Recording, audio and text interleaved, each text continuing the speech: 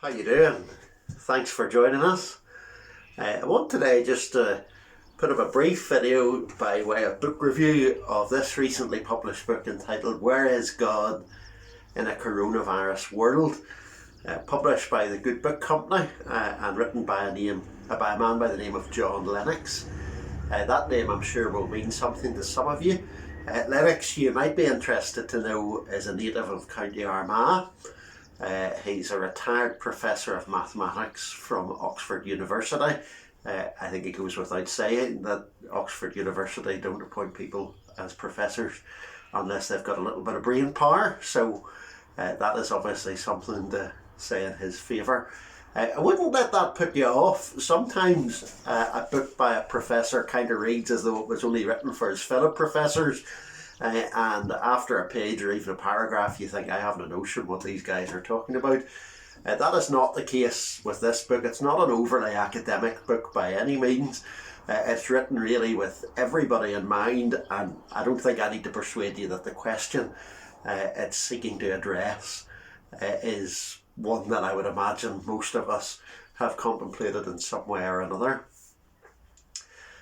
I mentioned that Lennox is from County Armagh. I am going as an aside just to mention the fact that his fellow Christian apologist and high-flying academic Alistair McGrath is also a native of these shores, having been born in Belfast and brought up in Downpatrick.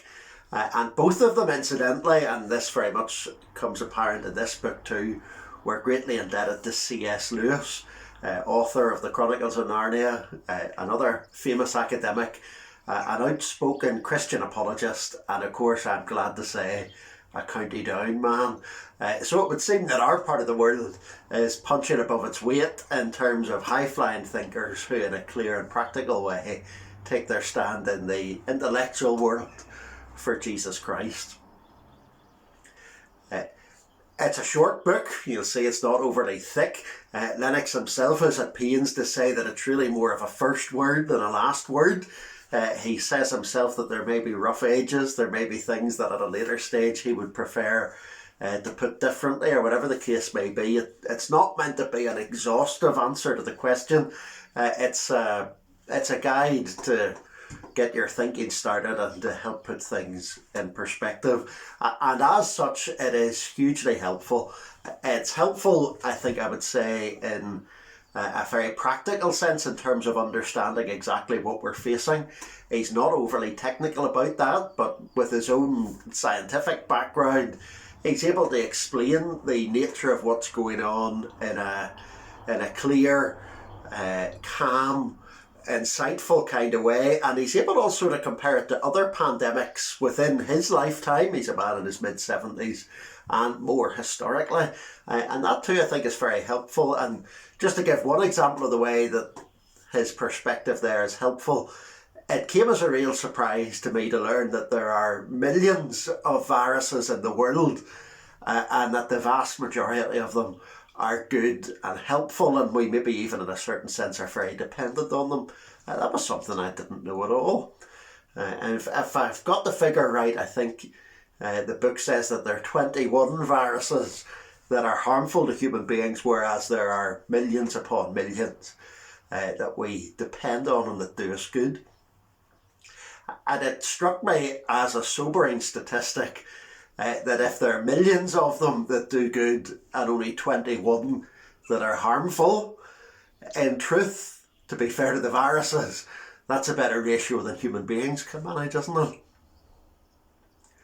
Well, anyway, that's not the main crux of what Lennox wants to say. In the midst of a situation that is bleak and dreary and may seem hopeless, Lennox wants ultimately to point to Jesus Christ, to point to the reality of his suffering, to point to his corona, because the word corona, as you might know, means crown. We call these coronaviruses because the image that you sometimes see on the TV screen looks a bit like a crown, and corona is the Latin word for crown. Well, Lennox, the most important thing that he does, as helpful as the perspective is and so on, he points to the crown of Jesus Christ, the one who was willing to enter into our suffering that we may have life and we may have hope. a very worthwhile book to read for many reasons, but particularly because it points to and exalts Jesus Christ. I would imagine the best way to get it is if you visit the Good Book Company's website. If you struggle with that, by all means, please get in touch with me. And of course, they're mindful of the need to be hygienic in the way that they supply it. Audio books and I presume electronic format of some sort are available to make it accessible in that way. Well worth engaging with. You're likely to have a bit more time in your hands than you really want in these days. This is a question that perhaps you're grappling with. It's a question perhaps that family members or neighbours or friends are grappling with. Here's a helpful way to ask and seek an answer to that question by seeking Jesus Christ and his glory. God bless.